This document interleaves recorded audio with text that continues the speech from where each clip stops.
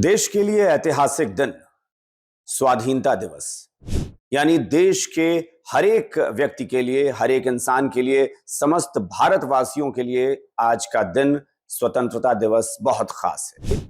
क्या उस मौके पर भी जब देश की आजादी का जश्न मनाया जा रहा हो, क्या उस दौरान भी सत्ता पक्ष और विपक्ष का खेल होना चाहिए? देश के लिए ऐतिहासिक दिन स्वाधीनता दिवस, वो स्वाधीनता दिवस जिस दिन हम बरसों की गुलामी के बाद आजाद हुए, यानी देश के हर एक व्यक्ति के लिए, हर एक इंसान के लिए, समस्त भारतवासियों के लिए आज का दिन स्वतंत्रता दिवस बहुत खास है। अब जाहिर तौर पर ऐसे मौके पर जब देश अपनी आजादी का जश्न मना रहा हो, देश स्वतंत्रता दिवस मना रहा हो और हमारे देश की आजादी के 79 साल पूरे हो गए हों, यानी हम 80वें स्वतंत्रता दिवस समारोह को मना रहे हों, उस समारोह के मौके पर भी क्या मन में कोई कड़वाहट होनी चाहिए? क्या उस मौके पर भी जब देश की आजादी का जश्न मनाया जा रहा हो, क्या उस दौरान भी सत्ता पक्ष और विपक्ष का खेल होना चाहिए? क्या उस वक्त भी किसी मसले को लेकर सरकार से या सरकार के तरफ से किसी मसले को लेकर विपक्ष से नाराजगी जैसी कोई बात होनी चाहिए? आपका जवाब होगा नहीं, ऐसा कुछ नहीं होना चाहिए, क्योंकि ये तो एक समारोह है, एक ऐसा जश्न है जो राष्ट्रीय कार्यक्रम है, राष्ट्रीय समारोह है और राष्ट्रीय पर्व है। मुझे लगता है कि अगर हम राष्ट्रीय पर्व की बात करते हैं तो स्वतंत्रता दिवस या गणतंत्र दिवस से बड़ा कोई पर्व नहीं हो सकता।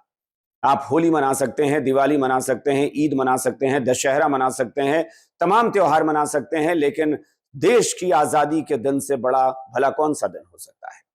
लेकिन उस दिन भी राजनीति हुई, उस दिन भी खींचतान हुई और इस दिन को लेकर भी विपक्ष की तरफ से कुछ ऐसा स्टैंड लिया गया, कुछ ऐसा फैसला किया गया जिसके बाद सब सोचने पर मजबूर हो जाएं कि आखिर विपक्ष चाहता क्या है और क्या हर वक्त राजनीतिक खींचतान करना जरूरी है? इसी मुद्दे पर बात करेंगे। नमस्कार, बहुत बहुत स्वागत आपका जी बिहार झारखंड के सोशल मीडिया डिजिटल प्लेटफॉर्म पर। आपके साथ मैं हूं अभिषेक कात्यायन। देश में लोकसभा में नेता प्रतिपक्ष हैं राहुल गांधी और कांग्रेस के राष्ट्रीय अध्यक्ष हैं मल्लिकार्जुन खड़गे। मल्लिकार्जुन खड़गे का बहुत बड़ा संसदीय जीवन है, बहुत लंबी राजनीति है, उनका राजनीतिक सफर बड़ा लंबा रहा है। राहुल गांधी भी लंबे समय से राजनीति में है, 2 दशक से ज्यादा का वक्त हो चुका है और वो सांसद के तौर पर अपनी भूमिका निभा रहे हैं। अब वर्तमान में वो नेता प्रतिपक्ष हैं, तो इस नाते उनकी जिम्मेदारी भी और बढ़ जाती है। देश आजादी का जश्न मना रहा है। ऐतिहासिक लाल किले की प्राचीर से प्रधानमंत्री ने 13वीं बार, लगातार 13वीं बार राष्ट्रीय झंडे को फहराया, झंडोत्तोलन किया और जाहिर तौर पर इस दौरान जो भव्य कार्यक्रम होता है वो हुआ। पूरे देश में कार्यक्रम का आयोजन हो रहा है, अलग अलग प्रदेशों में मुख्यमंत्री झंडा फहरा रहे हैं और देश की राजधानी दिल्ली में प्रधानमंत्री नरेंद्र मोदी ने लाल किले की प्राचीर से झंडोत्तोलन किया, झंडे को सलामी दी गई और इस दौरान बहुत सारे, हजारों की संख्या में लोग पहुंचते हैं कार्यक्रम को देखने के लिए, क्योंकि ये जीवन भर का एक बहुत यादगार अनुभव होता है जब लाल किले की प्राचीर के सामने आप बैठे हों और वहीं पर आप सामने से देश का तिरंगा फहराते हुए देख रहे हैं। लेकिन क्या आप सोच सकते हैं कि एक ऐसे कार्यक्रम में, जो राष्ट्रीय कार्यक्रम है, एक सरकारी कार्यक्रम आयोजित होता है, सरकार की तरफ से उसका आयोजन होता है और उस कार्यक्रम में देश के नेता प्रतिपक्ष राहुल गांधी जाने से मना कर दे? क्या आप सोच सकते हैं कि देश का मुख्य विपक्षी दल, वो कांग्रेस पार्टी जो देश की सबसे पुरानी सियासी पार्टी है, जो आजादी के पहले जिस पार्टी का गठन हुआ है, वो पार्टी जिसका शासन इस देश में सबसे ज्यादा रहा है, लंबे समय तक शासन रहा है, कई प्रधानमंत्री हुए हैं कांग्रेस पार्टी से, पंडित नेहरू से लेकर और डॉक्टर मनमोहन सिंह तक, लेकिन उस पार्टी के राष्ट्रीय अध्यक्ष, उन्होंने भी इस कार्यक्रम में जाने से मना कर दिया और उसी पार्टी के नेता राहुल गांधी हैं जो नेता प्रतिपक्ष हैं, उन्होंने भी कार्यक्रम में जाने से मना कर दिया। और इसका कारण यह कि वहां का जो सिटिंग अरेंजमेंट था उससे कांग्रेस को एतराज था, यानी जो वहां मेहमानों को बैठाने की जो व्यवस्था की गई थी उससे कांग्रेस को एतराज था। अब आप सोच रहे होंगे कि यह बात हम क्यों बता रहे हैं आपको और यह क्या कोई नई बात है? बिल्कुल नई बात नहीं है, क्योंकि यही चीज राहुल गांधी पिछले साल भी कर चुके हैं। राहुल गांधी 2024 में जब नेता प्रतिपक्ष बने थे। नरेंद्र मोदी के प्रधानमंत्री बनने के बाद पहला मौका था जब कांग्रेस को इतनी सीटें मिली लोकसभा में कि वो नेता प्रतिपक्ष अपना बना सके, और राहुल गांधी को नेता प्रतिपक्ष बनाया गया। इससे पहले 2 टर्म में ऐसा नहीं हो पाया था, क्योंकि पहली बार 2014 में कांग्रेस को महज 44 सीटें आई थी, दूसरी बार महज 52 सीटें मिली, और इस बार 99 सीट मिली, क्योंकि एक नियम यह कहता है कि लोकसभा में जितनी संख्या है सदस्यों की, उसका 10% कम से कम, उसके 10% सांसद कम से कम उस दल के होने चाहिए जिनका नेता प्रतिपक्ष बने। यानी नेता प्रतिपक्ष उस पार्टी का होगा जिसको कम से कम 10% सीटें हासिल हो। अगर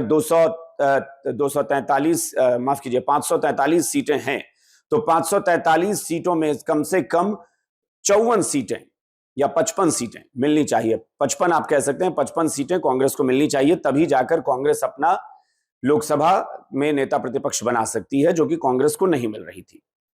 तो इस बार 543 में से 99 सीटें कांग्रेस को मिली थी, और 2024 में नेता प्रतिपक्ष राहुल गांधी बने। 2024 में नेता प्रतिपक्ष के तौर पर जब राहुल गांधी गए थे, तो इसको लेकर बड़ा हो हल्ला मचा, और कांग्रेस ने कहा कि प्रोटोकॉल के मुताबिक गलत हुआ है, वो सही प्रोटोकॉल नहीं था, और नेता प्रतिपक्ष को पीछे की पंक्ति में बिठाया गया था, उन्हें फ्रंट की चेयर नहीं दी गई थी। और इस बवाल के बाद 2025 में भी उन्होंने स्वतंत्रता दिवस के सरकारी समारोह का, राष्ट्रीय समारोह का बहिष्कार किया, और इस बार भी 2026 में भी वही चीज फिर दोहराई गई है। अब इस बार क्यों ऐसा कहा जा रहा है कि फिर से? क्योंकि जब पिछली बार भी यह शोर हुआ, पिछली बार भी कांग्रेस ने वहां जाने से मना कर दिया, नेता प्रतिपक्ष नहीं गए, तब ये सवाल उठे थे। इस बार की जानकारी भी यही दी जा रही है कि इस बार हुआ क्या है, जैसे कि सूत्रों के हवाले से जो बताया जा रहा है कि इस बार डिफेंस मिनिस्ट्री ने, क्योंकि वो जो कार्यक्रम का आयोजन होता है उसमें डिफेंस मिनिस्ट्री की भूमिका पूरी होती है, डिफेंस मिनिस्ट्री ने इस बार के आयोजन से पहले कांग्रेस नेताओं के साथ एक लिस्ट शेयर की थी। बताया जा रहा है कि चूंकि प्रोटोकॉल के मुताबिक जो बैठने की व्यवस्था होती है, सिटिंग अरेंजमेंट होता है, उसके बारे में कांग्रेस से डिस्कशन हुआ था, और कांग्रेस को बता दिया गया था कि जब पहले कांग्रेस सत्ता में हुआ करती थी और विपक्ष में बीजेपी हुआ करती थी, तब उस वक्त बैठने की क्या व्यवस्था थी, उसको लेकर बताया जा रहा है कि डिफेंस मिनिस्ट्री ने कांग्रेस नेताओं के साथ इसको शेयर किया, इस बैठने का सिटिंग अरेंजमेंट के बारे में, और इसके बाद कांग्रेस और ज्यादा नाराज हो गई है। दरअसल 80वां स्वतंत्रता दिवस था, 79 साल पूरे हो गए हैं, और ऐसे मौके पर माना जाता है कि लोग इस बात पर गौरवान्वित महसूस करें और कार्यक्रम में शिरकत करें। वहां बैठने के लिए कोई कुर्सी की लड़ाई तो है नहीं, ऐसा तो है नहीं कि आप देश का प्रधानमंत्री बनना चाहते हैं और वो लाल किले की प्राचीर पर जाकर बनेंगे। अगर आपको प्रधानमंत्री बनना है तो आपको जनता के बीच जाना होगा, आपको चुनाव जीतना होगा, आप प्रधानमंत्री बन जाएंगे, तब आप मंच पर विराजमान होंगे, तब आप तिरंगा भी फहराएंगे। लेकिन आप नेता प्रतिपक्ष हैं और आप बैठने के लिए सीट को लेकर, चेयर को लेकर आप हो हल्ला कर रहे हैं, आपकी पार्टी चिल्ला रही है, तो ये गलत मैसेज जा रहा है कि आपके लिए राष्ट्रीय समारोह से ज्यादा बड़ा आपका अपना स्वाभिमान, आपका आत्मसम्मान है। यानी अब देश के सम्मान से ज्यादा अपनी चिंता कर रहे हैं, अपने सम्मान की चिंता कर रहे हैं। कहा यह जा रहा है कि इसी कार्यक्रम से पहले दरअसल जो डिफेंस मिनिस्ट्री ने जो लिस्ट सौंपी थी या कांग्रेस नेताओं के साथ शेयर की थी, उसमें कहा गया है कि उनकी पूर्व की यूपीए सरकार के दौरान पूर्व नेता प्रतिपक्षों के बारे में, जैसे सुषमा स्वराज और अरुण जेटली को कार्यक्रमों में बिठाए गए जगहों की लिस्ट भेजी गई थी, और बताया गया था कि तब विपक्ष के नेताओं को कहां बिठाया जाता था। दरअसल अरुण जेटली जो है वो राज्यसभा के नेता विपक्ष थे, और सुषमा स्वराज लोकसभा की नेता प्रतिपक्ष थी। तो इन दोनों की लिस्ट जो है, बैठने का सिटिंग अरेंजमेंट इनका कहां होता था, डिफेंस मिनिस्ट्री ने कांग्रेस नेताओं के साथ शेयर किया, और इसी बात को लेकर कांग्रेस को और ऐतराज हो गया। कहा यह जा रहा है कि कांग्रेस को इससे ऐतराज था। कांग्रेस कह रही है कि हम आपकी लिस्ट से सहमत नहीं हैं। उनका कहना है कि लाल किले के कार्यक्रम में हम तब जाते जब हमारा लगता कि प्रोटोकॉल के तहत हमारे बैठने की व्यवस्था की जा रही है।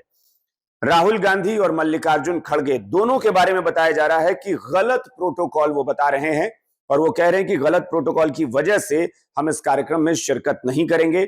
उनके बैठने की जो पोजीशन थी, जो सीट थी, वो सही नहीं थी, और इससे पहले भी कांग्रेस ऐतराज जता चुकी है। तो कांग्रेस ने इस बार भी वही हवाला दिया कि व्यवस्था अच्छी नहीं है, पोजीशन सही नहीं है हमारी सिटिंग पोजीशन, इसलिए हम इस कार्यक्रम में नहीं जाएंगे।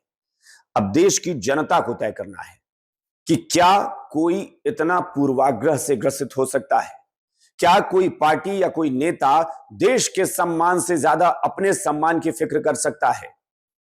अब इसी बात पर यही विपक्ष के नेता कहते हैं कि बीजेपी राष्ट्रवाद की बात करती है और राष्ट्रवाद के नाम पर गोलबंद करती है, लोगों को लामबंद करती है। क्या गलत करती है? अगर बीजेपी कहती है कि हमारे लिए राष्ट्र प्रथम, तो इसमें गलत क्या है? इसको आप सिर्फ राष्ट्रभक्ति को, राष्ट्रवाद को, देश प्रेम को आप सिर्फ बीजेपी से क्यों जोड़ रहे हैं?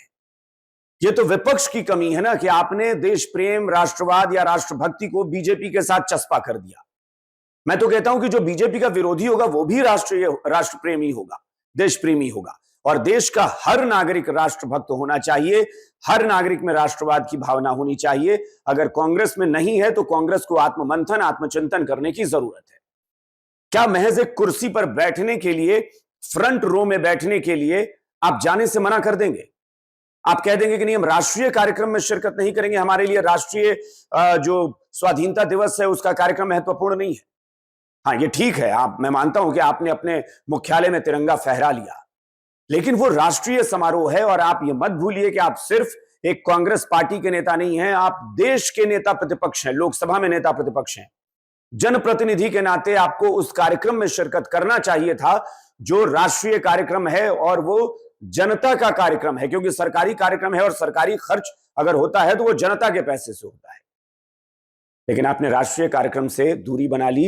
इस पर कांग्रेस को मंथन करना चाहिए, चिंतन करना चाहिए कि आप कहां गलत हैं और कहां बीजेपी आपसे पॉलिटिकल माइलेज ले लेती है ये कह के कि हमारे लिए राष्ट्र प्रथम है। ये कांग्रेस इस पर चिंता करे। फिलहाल आप सबसे भी दर्शकों से कहूंगा कि आप लोग इस वीडियो को देखिए और कमेंट जरूर कीजिए, बताइए कि क्या राहुल गांधी का फैसला सही था, और पुराने नेताओं की, जब बीजेपी के नेता प्रतिपक्ष में होते थे तब बैठने की व्यवस्था क्या होती थी? अगर ये लिस्ट दे दी गई तब भी कांग्रेस ने इस बात को एक्सेप्ट क्यों नहीं किया? फिलहाल इस वीडियो में इतना ही। बने रहिए जी बिहार झारखंड के साथ। सोशल मीडिया, डिजिटल प्लेटफॉर्म हमारा सब्सक्राइब करें, फॉलो करें, लाइक करें।